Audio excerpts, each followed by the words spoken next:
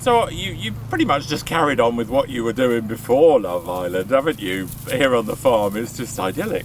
Yeah, so that was kind of like my biggest thing going into the villa. I didn't want to let go of what I kind of like built before with my TikTok and Instagram and obviously farming. So obviously coming off the show with Jessie, coming back to the farm, going straight back into lambing was absolutely just ideal. And you kind of just had that 2-month break and then just carried on from where you started off before. I guess a lot of people think, no, it's all showbiz, you know, they're in their mansion and they dress down and drive to the location to do the filming, and turning up here today, it certainly isn't that. This is your life. Yeah, so yeah, came back to the farmhouse, which is over there. I'm 6th gen on the farm, so, and it's just getting your hands dirty. It's not the showbiz life, but it's our life that we're creating here, which is, really, really incredible. And it was a real difference going from the Love Island villa to then, got the goats coming up, to then going back to the farm. But I wouldn't change it to a thing. We know that we love what we do. We made the right decision coming back here, and this is the life that we're living. The main reason that I started TikTok by chance, to be quite honest. I would send videos to my friends on WhatsApp, on Snapchat, and it was actually one of the people in the group chat was like, "Oh, post this on TikTok." And I posted it on TikTok, and the video blew up, and I got such a great response. So I thought, maybe there's a niche, so I'm gonna carry on doing videos, and it's a great way of educating people, but in a very fun, light-hearted way. And that's exactly what I've done in the book. I'm not a big reader myself. I find books quite overwhelming. I wasn't great at school at English, but I wanted to create a book which is a very, very light, easy reading, fun reading that people can learn from. And that's why I've kind of like got a lot of pictures in the book of different things. As you can see, there's nice bit of writing, but then also some pictures, some lovely pictures to go along with it, which I really, really love. And it's just, it shows you the different stages of farming, but in a very fun, light-hearted way where you're not going to get overwhelmed with loads of information. And how are other farmers find you, if you know what I mean? You're bringing a bit of celebrity. A little bit of spice, yeah. A bit of sparkle, yeah. A bit of camp, and a bit of fun. Yeah. It can't be a bad thing, surely. No, of course. I think, the farming community and everyone involved just want to spread the awareness of farming, and I think that's what I do, and I think that, farmers do appreciate that, because there's so much to improve and learn on within the farming industry, and so much more to put out there for people to understand. We're the farming community, we're not where we want to be, and, people like myself and other people within the industry with a social presence that can get the word of farming more out there and to educate people more is only great work, to be quite honest. They should make you president of the union. I wouldn't go that far. Shouldn't you? Because nobody listens to that. Maybe one day. Maybe one day. So the book then, yes, all your love and passion, all your animals and everything, and available soon. Yes, available Thursday. So publication date is actually the 19th of October, and every time I speak about my book, every time I hold my book, it's a pinch me moment. I still can't believe I've got a book coming out, to be quite honest with you, and that's down to the fact of I wasn't great, I wasn't the brightest at school. But it just shows you what a love and what a passion can lead into, and that's not necessarily just farming in general in life. If you really have a drive and a love and a passion for something, you will succeed in it. So what's the future then? Carrying on with the old, but you're going to get to my age and then you're going to look embarrassing doing your TikToks, aren't you? Oh, what, the TikTok dances with the top off? You've got to move on. I mean, of course. Thoughts for the future? Yeah, do you know... Involving your beloved, of course. Of course, yeah. Me and Jessie have a lot of talks about the future and what the future holds and what we can do. We're definitely looking into different things that we can diversify onto the farm, whether, that's glamping pods, whether that's opening the animals to the public so they can come and see, and it's almost like a day in a life. Obviously, the book... Obviously, as well, to my dad's dream as well, we're going to carry on commercially farming and carry on the farm, and hopefully with mine and Jessie's kids one day, maybe they'll take over the farm as well. Hey! Oh, look, you've got the pig coming out a little bit. Yes, Timon and Pumbaa, but they're a bit stroppy at the moment, because we've got them on a diet, because as you can see, they're a bit porker. Bit porker, you know. We don't want their belly touching the touching the ground, so we've got them on a bit of a diet at the moment, and they're a bit more,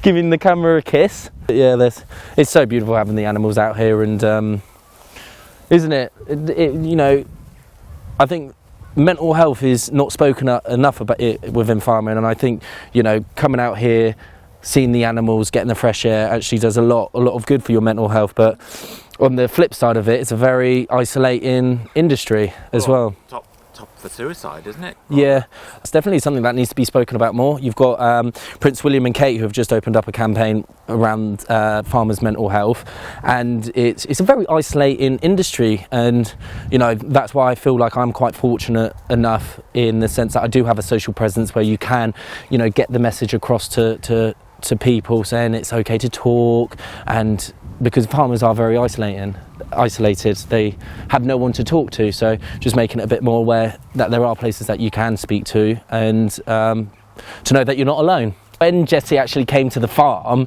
I was like, yeah, I live country, you know, I'm a farm boy, and she came to the farm and she like looked at the family and me and was like, you call this country? She's like, this isn't country. And then for me to go back to Australia and learn where she lives, which is like up a dirt road, like it was incredible.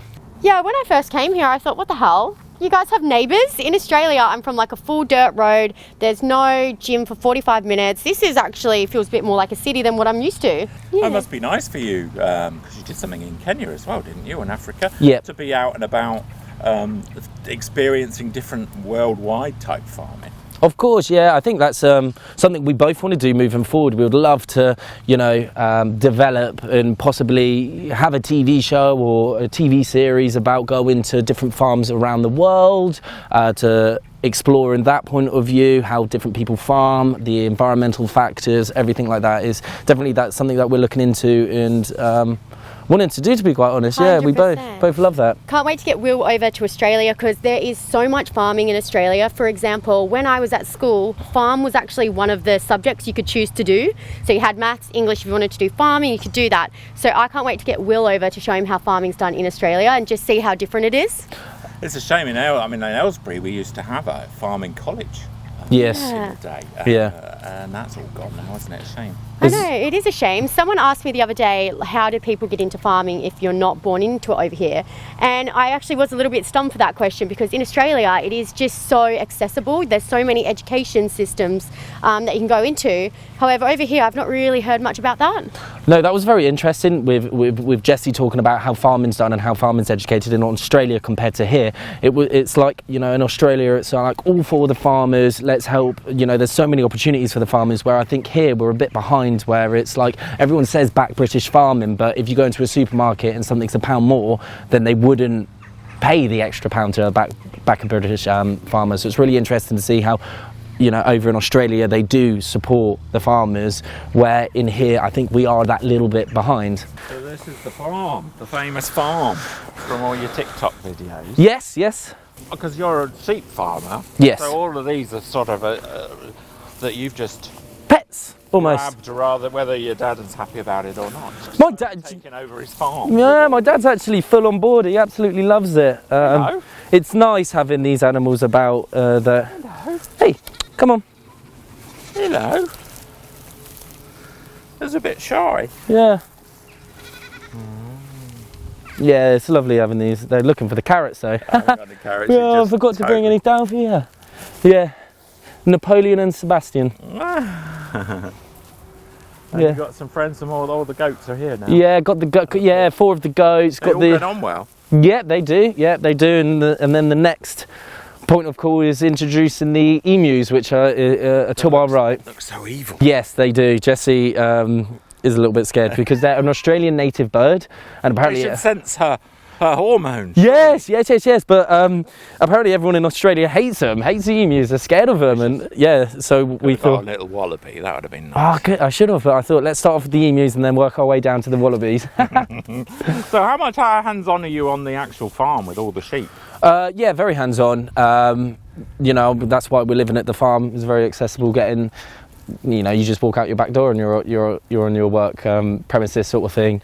But This particular time of year is a very chilled out time. You know, we're just building our way up, getting the sheep in the right condition to put the tup in. So put the boy ram in with the sheep, ready to impregnate. Fun time. Yeah, fun time for the rams. Get them obviously impregnated, and then by the end of the year, coming into the new year, and obviously lambing is where the work picks up.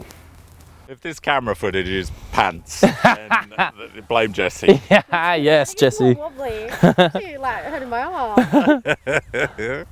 You're subjected to violent alpacas. Yeah, yes, There you must are. be something in this guy that's made you stay here in Buckinghamshire. I came straight from that Love Island villa in South Africa to the cold weather here in England, and it's been amazing because I've had this man. Well, you said to say boy. Yeah, I wouldn't say boy, I said man. We're mad. Yeah.